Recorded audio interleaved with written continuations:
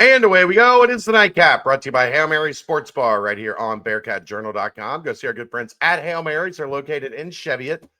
They're right on Harrison Avenue inside the Dora District, so you can go from bar to bar with your drinks or just hang out at Hail Mary's. They'll get you taken care of. They got 27 TVs, a 9-screen video wall. They've got the DirecTV sports package, so you can watch all the games. And, of course, Cincinnati sports are always on the video wall. Stop by Saturday if you can't make it to Nippert Stadium. $10 buckets on domestics and watch the game as the Bearcats take on the Cyclones. Brand new walk-in cooler, brand new draft lines, and ice cold Cincy Light in 32.8 degree frosted glasses. Also, we'll hit this one more time, Aaron. Cincy Light is giving away one of these. Cincy Light starter jacket. It is outstanding, super comfy. It's authentic. It's got the little starter logo right there. I always loved this when we were kids, the zipper, the starter zipper, little tag. They are set up on the upper part of the grid, like right as you're heading into Nippert Stadium, kind of where the stage used to be. You'll see the Cincy Light tent. You got a QR code, scan the QR code, and give them your email. And that'll register to win a free Cincy Light starter jacket. They're awesome. All right. 3 keys, Aaron. 3 keys. Big one Saturday. Yes, I'm in pink. So your TV's, your screen's not messed up. It was pink night for Simon Kenton volleyball, breast cancer awareness. I'm rocking the pink. Aaron's rocking the 3 keys. Aaron, take it away. Here we go. Number 1, my first key to victory is run them over. I don't know how much success. I understand you got 2 cornerbacks out for Iowa State. I understand that you haven't had a ton of success against them in the air, though. And look, I think that the run game is always going to complement your pass game and vice versa. If you're able to get one going, you're probably going to be able to get both going. That said, I think they need to run them over. You got Tommy Walker, you've got Evan Pryor, you've got Brendan Sorsby, and I just don't want them to try and force the pass simply because they haven't had success against Iowa State and they're trying to prove something. I think that they can have success running the ball over this defense, and I'd like to see that. Number 2, win the hidden yardage game. Dave, I think, said they start their average start is at what, the 38? Their own 38? Yeah. That's bananas. It's crazy. You're not going to win a game if you're allowing them to start every drive on average on their own, in their own territory. That's absolutely insane. How big was it against Kansas that, they hit a couple big plays, but Fletch was pinning them deep regularly. So, yeah, I'll expand in a moment because I'm going there too. Okay. But yeah, I think it looks like we cheated off each other's paper so far. I didn't do anything. And then number 3, take control away from the game manager. But I also want them to take control away from Iowa State as a whole. Iowa State likes to control the time of possession. Iowa State likes to control the game. Rocco Beck likes to be in control, and you have to make him uncomfortable. Taking control away would also involve making him uncomfortable, putting pressure on Rocco Beck to hopefully make poor decisions. But yeah, I think that if you can take that control from the time of possession, take the control from Rocco Beck, I think you're putting yourself in a pretty good position at that point. All right. Mine are similar to yours. Not the same, but similar. Mix it up. And they need to run. This is a poor run defense for Iowa State. It is not a strength of Iowa State's defense. But you have to think they're going to be overcompensating or looking for ways to hide the fact that their 2 starting corners are out and the guys that they are putting in there, while they may be talented, have not played a lot of football at this level. So I want to see some balance here. I want to see them be aggressive, attacking an Iowa State defense that's going to be searching for answers. This is not right now the dominant Iowa State defense that we have seen over the past couple of years. You mean like take a deep shot on first down every now and again? Something. I mean, I just, you have the chance, I think, here to be really balanced and really make Iowa State pay. And I think you can do that via the run and the pass.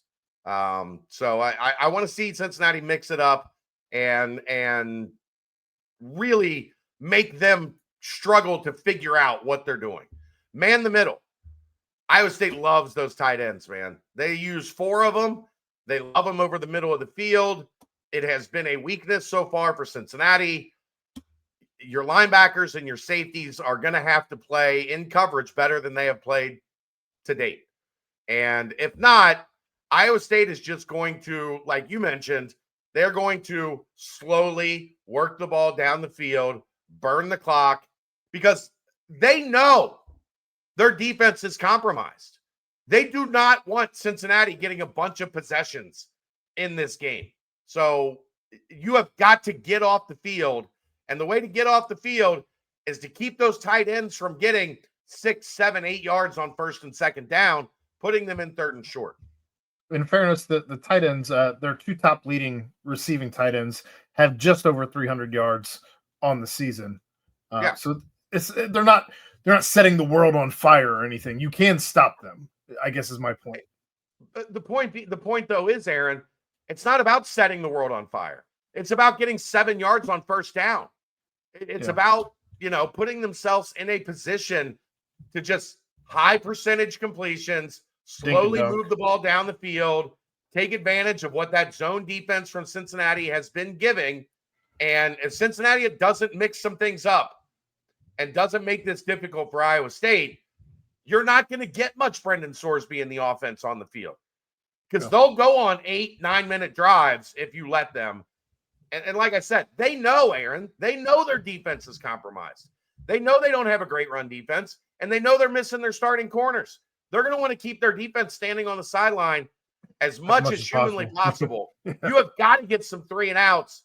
And the only way you're going to do that is if you control those tight ends on first and second down and then make it 3rd and 8.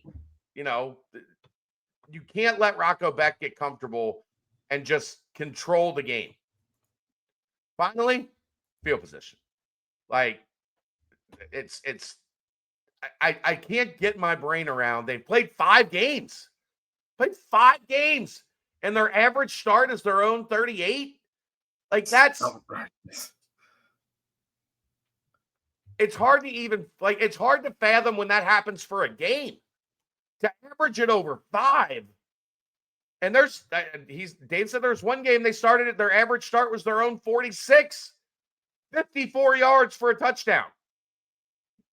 On average. Cincinnati has got to win that battle.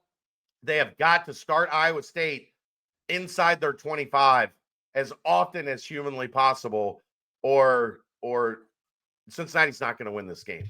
Like, if their average start is beyond the 35-yard line, Iowa State is winning this game, because you're just allowing them to be in their comfort zone, go short fields, score touchdowns, kick field goals, whatever, and keep your offense couched. So those are the 3 things. We're pretty close on how we think Cincinnati is going to win this game. Not completely in lockstep, but pretty close. Other news today, Caden Allen, top 50 wing, 6'5". He's playing at Long Island Lutheran, but don't let that fool you. He's from the South, Georgia kid. In Florida. He's at Montverde. Well, I think he's from Georgia. He played at Montverde, which is in Florida. So that's why he gets listed as like a Florida kid. But he actually played AAU with Team Thad that's out of Memphis. So he's got all kinds of ties to the South here. But bucket getter. He needs more. Yeah. Wes has got to get more. Like Abayev for this year, Caden Allen for next. Saying Caden Allen is as prolific a scorer as Sean Abayev. But if you're going to keep hitting the high school ranks, go get these dudes that can score, man. Yeah, you got to be happy about Wes continuing to pile. Like, he's not wasting his time with a kid who doesn't have the potential at this point to crack into the rotation. And Yeah. truthfully, he shouldn't be. With the transfer portal where it is right now, why would you like? I think that unfortunately, I mean, as much fun as it is to fall in love with a kid who's going through development, I don't think you're going to see the levels of development like we once did, once upon a lifetime ago. It seems. I mean, the big thing is those guys that are upside, they come in, they're not ready for the Big 12, so they don't play a lot as freshmen. And then what do? They transfer. Bounce. So you kind of need guys that are a little bit more ready. And physically, I'm not saying he's, coming in as Jared Cumberland, who was like A freight built train. like a 27-year-old man when he was a freshman in college. But he is physically more developed. He is physically going to be ready, I think, for this league, especially you get him here. You get him with Rayfeld for a couple months. I think from that perspective, physically, he reminds me of Jaren and SK, like those strong, bucket-getting guards that they just work at the college level. They tend not to be as highly ranked because they don't have like that NBA upside of the guys that are longer and a little bit more athletic and a little bit more flashy. But at the college level, they work because bucket getters at that size, like this isn't a 6'2" guy, it's 6'5", 200 pounds. Like you're talking about LA Lakers, Jaron Cumberland, by the way. Yeah. So at least for maybe camp. Maybe it More does power work to in him. the NBA. Who knows? Well, but I'm talking about like rankings, like perception. Jaron wasn't ranked higher because he wasn't a super bouncy, long, athletic guy. Sean wasn't ranked higher. Same way. You said he's 6'8" though, Caden Allen? No, 6'5". 6'5". Gotcha. Yeah. Okay, so we might actually have a 2. He's a 2'3". So yeah. Be interesting to see what this team looks like, how the offense runs if you have an actual 2. I'm just very intrigued to see what this team looks like with an actual 2. And he's a guy that's good with the ball. So you can play him on or off the ball. He's pretty ball dominant in high school. That'll have to change some as he gets to the collegiate level. You don't want your 2s and 3s handling the ball more than your point guards per se. When did he hit his growth spurt? He's been 6'5" for a while. Like he's not he's done growing. I guess I just didn't know if he was one of those kids who came up as a point guard and then hit his growth spurt as like a junior. Okay. No. He's been a scoring guard, went like scoring 2-3. And he was a 5-star a year ago.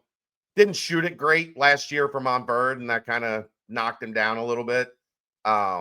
He's got kind of a funky shot, similar to Jaron, similar to SK, but it goes in. He shot 35% in the EYBL last year. So can finish with either hand, gets to the rim, might be a guy that gets fouled, similar to those guys, because strength and physicality is part of his game. If he's a Cincinnati Bearcat, I don't know if we want him at the line. Just saying. He's like a 70+% free. I don't know that any of that matters by the time they get here. By the time they get here, they can't shoot. It's fine. Death taxes and missing free throws here at the University of Cincinnati. But I do think it's a good addition. I think he's going to be a guy that you can bring in, and while he's probably not going to be a star his freshman year, I think he will physically be ready to compete as a freshman, and physically be able to help you out. Also, it sounds like the NCAA tournament's going to go to 76. There will be 6 games. They're adding 8 teams. There will be 6 games to be played before the tournament starts. They will be play-in games, kind of like their 2 locations. Yeah. So they're just expanding the first 4, which I get why everybody's mad. I don't care. I get to watch a couple more basketball games. Couple more years, it'll be 96. Couple more years after that, it'll be 128. Before you know it, we'll just allow the entire Division One into the tournament just to see what happens when you have 256 teams playing in a tournament. Okay. We'll do a whole weekend before, so they'll cut it down to 64, and then there'll be like a Thursday, Friday, Saturday, Sunday that's like that take the place of conference tournaments, right? And then we'll go into the round of 64 after that. I'm cool with it. Give me more basketball. I don't care. I'm not gonna get worked up over it. I'm just not. Like, there's plenty of things in life to get worked up over. The tournament going from 68 to 76, I don't care enough. You know who's probably more mad than the fans? The people who run the NIT, the people who, I mean, like these other tournaments, they just lost more selections. And they lost their probably top 8 teams. better teams that were going to be in there. So I don't know. Whatever. I'm not going to get worked up over it. It doesn't bother me that much. I would rather it be at 64. Like, just straight, clean 64, Thursday, Friday, Saturday, Sunday. You cut it down to 16. You cut it down to 4. Like, but it's not going away. And it means that there's going to be a couple extra basketball games on Monday and Tuesday. Okay, cool. I'll watch more basketball. God bless capitalism. All right, there you go. That's the nightcap. We'll see everybody Saturday at Nippert Stadium. It's brought to you by Hail Mary Sports Bar right here on BearcatJournal.com. See ya.